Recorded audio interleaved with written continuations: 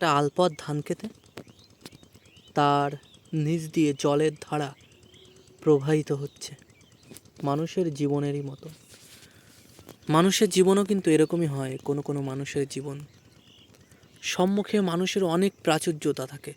সম্মুখে যে সমস্ত মানুষেরা থাকে, তাদের আশেপাশে যে সমস্ত প্রতিবেশীরা থাকে, তাদের জীবনে হয়তো প্রচুর অর্থনৈতিক প্রাচুর্যতা, প্রচুর সুখের প্রাচুর্যতা, প্রচুর স্বপ্নের প্রাচুর্যতা। তার পাশেই কিন্তু এরকম দুস্থ মানুষেরা থাকে, যারা এরকম জলের ধারার মতন ধীরে ধীরে তিল তিল করে তাদের জীবন বয়ে চলেছে।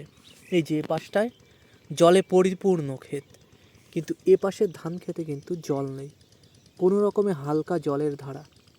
তো সেখান থেকে পরিপূর্ণ ধান খেতের জল থেকে আলের নিচ দিয়ে জলের ধারা প্রবাহিত হচ্ছে, যার অনুসারী হয়ে কিছু শামুক, ছোট্ট ছোট্ট শামুক, তারা বেঁচে আছে। মানুষের জীবনটাও এরকম, যে সামনের প্রতিবেশীর কিংবা আশেপাশের মানুষের জীবনে প্রচুর প্রাচুর্যতা থাকে, সম্পদের, অর্থনৈতিক সম্পত্তির, কিন্তু আশেপাশের মানুষ এই ছোট ছোট শামুকের মতোই বেঁচে থাকে। তাদের না থাকে পড়াশোনার বাহার, না থাকে টাকা পয়সার বাহার, না থাকে পোশাক আশাকের বাহার।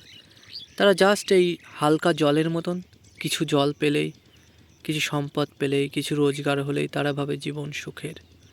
অ্যাকচুয়ালি সুখ তো কোনোভাবেই দেখা যায় না। কোটিপতি মানুষও বলতে পারে না আমি সুখী। একজন গাছতলায় থাকা মানুষও কখনো কখনো সুখী হয়ে যায় নিজের অনুভবের কাছে। তো তেমনই মানুষের জীবন, কে কোথায় সুখ খুঁজে পাবে সে নিজেই জানে। অনুভব তার কোথায় সুখের জায়গা তৈরি করবে সে নিজেই জানে। আলাদা করে আর বাইরের পৃথিবীর কাছে সুখ খোঁজা লাগে না টাকা পয়সা দিয়ে।